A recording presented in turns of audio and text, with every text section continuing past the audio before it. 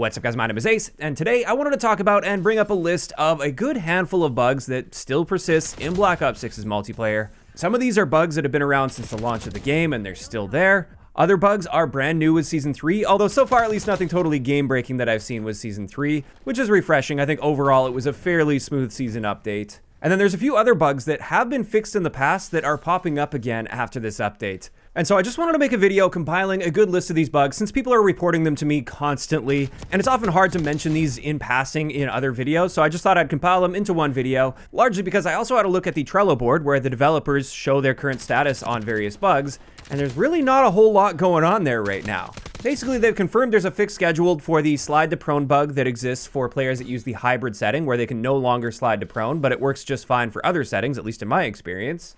And they also mentioned a fix scheduled for the Terminator skin being less visible than intended. However, that one actually did get fixed, so I think they just haven't gotten around to updating the Trello board yet to show that they have actually fixed that.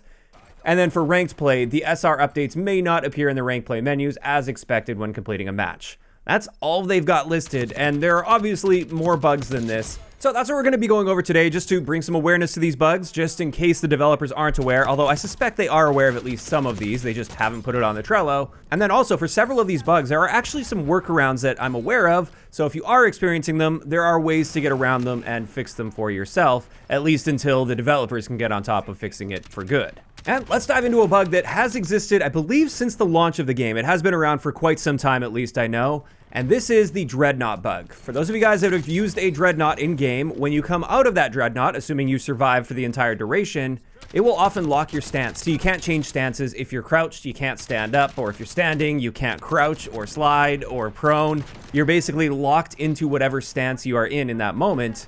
And that's obviously a very frustrating thing, especially if you're going on a big streak, you just called the Dreadnaught in and you want to continue that streak. Well, it makes it a whole lot more difficult when you can basically just walk around the map, or in some cases just crouch walk around the map, and that's all you've got access to. As for the next bug that has been around for quite some time as well, they have implemented a fix in the past, and I think it improved things, but it didn't fix this bug entirely. This is a bug where attachments aren't saving properly on builds, and I think this is happening most often on blueprint builds. If you're trying to swap out attachments and add different attachments to your blueprints, for many people, they're noticing that while they can put the attachment on in the menu, once they spawn into the game, that attachment isn't actually active on their gun. So it could be a magazine, for instance, a bigger magazine. Like, let's just say you put a 45 round mag on your gun, and everything looks fine in the menus, but the moment you spawn into the game, you notice you only have 30 rounds in your mag. That's just one example. People have experienced this with a wide variety of attachments. And again, like I said, I think this primarily applies to blueprints because this is something I personally haven't experienced, but I've seen it posted so many times that it's obviously a fairly widespread issue.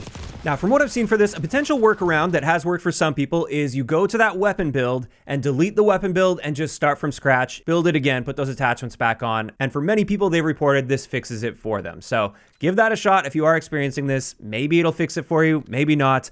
Another option here, which is not ideal since I know many of you bought a blueprint and you want to use that blueprint, but at least for now, if you want to get those attachments working, switch to the default version of the gun, a non-blueprint version, put the same attachments on, and it will likely work for you, at least until they can get a fix for this in place. I know that really sucks for those of you guys that want to use your blueprints, but for now, that might be the only workaround that works until they fix it. Next up, a new bug that popped up with Season 3 that I'm running into all the time. I think this is just how it works now, but it's obviously frustrating that it works this way. If you enter the firing range, it always seems to default to spawning you in with your top loadout, even if you were trying to enter the firing range with a totally different loadout. And with this, it's just a minor annoyance because once you're in the firing range, then you can just go change loadout and then select the one that you actually wanted to spawn in with. But it's obviously a bug, and it is a new bug as well. This isn't how it used to work. And it would be nice if they could take care of this one, so I wanted to make sure I was bringing that up here. Next up, another new bug that popped up with Season 3 that many people are experiencing. This is they simply can't edit their loadouts when they're in a match. And if they try to, it just kicks them out of the menu and back into the game. So there's just no ability to use that feature at all. And that one's obviously quite frustrating and can have a notable impact on your gameplay experience if you're trying to change something mid-game. Another loadout bug that I've been seeing reported a ton lately. Over the past few days, I've been seeing so many reports of this, so I think this is brand new as Season 3 as well. This is many people will try to spawn in with their loadout, and instead of spawning in with the loadout they selected, they spawn in with like a default XM4 build. And this seems to be happening particularly for people that have just recently prestiged. And I think this is due to the fact that they tried to implement a system where your loadouts, or at least various aspects of your loadouts, will be saved and carried over from one prestige to the next. I think that's the part that's bugged out here and causing this issue where you just spawn in with an XM4. With this one, the workaround that I've seen is simply delete your loadout and start from scratch again. Just like you could with the weapon build with that earlier bug, do it with your entire loadout this time. And that seems to be working for people that are having this issue. Again, it does suck that you have to use a workaround, but at least a workaround is available until the devs can get on top of fixing this properly. Next up, we have a returning bug that we used to experience, but they actually fixed this for a while, and it is now back with the Season 3 updates. And this is something I have mentioned in a previous video, but I'll bring it up again here as well as a workaround for it. This is on console, if you adjust your crossplay settings, and you enter a match, it seems to work for your first game, but then after that match ends, it reverts those settings back to where they were, and you have to reset those crossplay settings after every match in order to get them to work properly. This bug was likely reintroduced with the introduction of the new crossplay options, the console crossplay options. And with this, the same workaround that worked back in the day is still working now, and this is set your crossplay settings the way that you want them to be, and then immediately close your game and restart. Don't search for a game or anything after you change your settings. Like, the first thing you want to do the moment you get those settings back to where you want them is restart your match, and then that should now save that as your default setting. Which is obviously annoying, but I think for most people, they have a certain setting that they want to just maintain all the time, so they just have to do this once, and then it's saved for them. They never have to deal with this issue again. I'm hoping since they have fixed this one in the past, it'll be a quick and easy fix for the devs coming up soon, but time will tell on that one. Another issue that has been popping up quite a bit, even before Season 3, but it seems to be really inconsistent, and it's working fine for some people, but not for others. This is with the Armory. For a lot of people, if you've missed out on unlocking an item during an event where it was available, or a season where it was available, those gameplay items are meant to be in the Armory for the following season, or after the event ends. And yet, for a lot of people, they don't have certain items unlocked, like actual gameplay items like a gun or a weapon mod, for instance. And yet their armory is showing as empty, and they can't even access their armory because apparently there's nothing in the armory, and that means they literally can't unlock certain gameplay items. Now, I wish I had a workaround for this one. I'm not aware of any at this point. This appears to be just a bug that they need to fix so you can unlock those items, and I'm hoping this one ends up being a priority because it obviously sucks not having access to gameplay items that you should have access to in the game. And this just leaves us with one last big issue I wanted to talk about in today's video, and this is less of a bug and more of just performance issues, particularly on console and, in my experience, on PlayStation. Although I have heard some reports from Xbox players, this seems to primarily be affecting PlayStation users. And with this, for me, I noticed this immediately with the Season 3 updates. Every few matches, I would end up with really bad performance, like super low frame rates, less than 60 FPS, even though I'm playing with the 120 FPS selected. Also, lots of stutters in those matches as well. And I do want to be clear, it wasn't happening every match for me. Most matches were still performing just fine. But I was suddenly getting the odd match here or there where it was practically unplayable performance-wise. And this is something I never experienced before Season 3. Everything always ran smooth for me.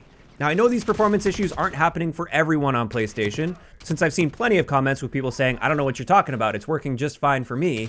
But this reminds me, this was happening for a lot of people with these Season 2 Reloaded updates, and a lot of people were complaining about these issues, and for me, I didn't experience these until the Season 3 updates. Although, obviously, they were having issues on their end, and now I'm having issues on my end. Or at least I was. I think I may have fixed this. I have seen some people posting about this, and I wanted to spread the word on this because it does appear to have fixed this for me based on some limited playtime. Perhaps I've just been lucky so far, but with this, a lot of people have found clearing your cache and rebuilding your database on PS5 has been fixing these performance issues. And like I said, since I've done this, I haven't experienced these issues yet, so it seems to be working.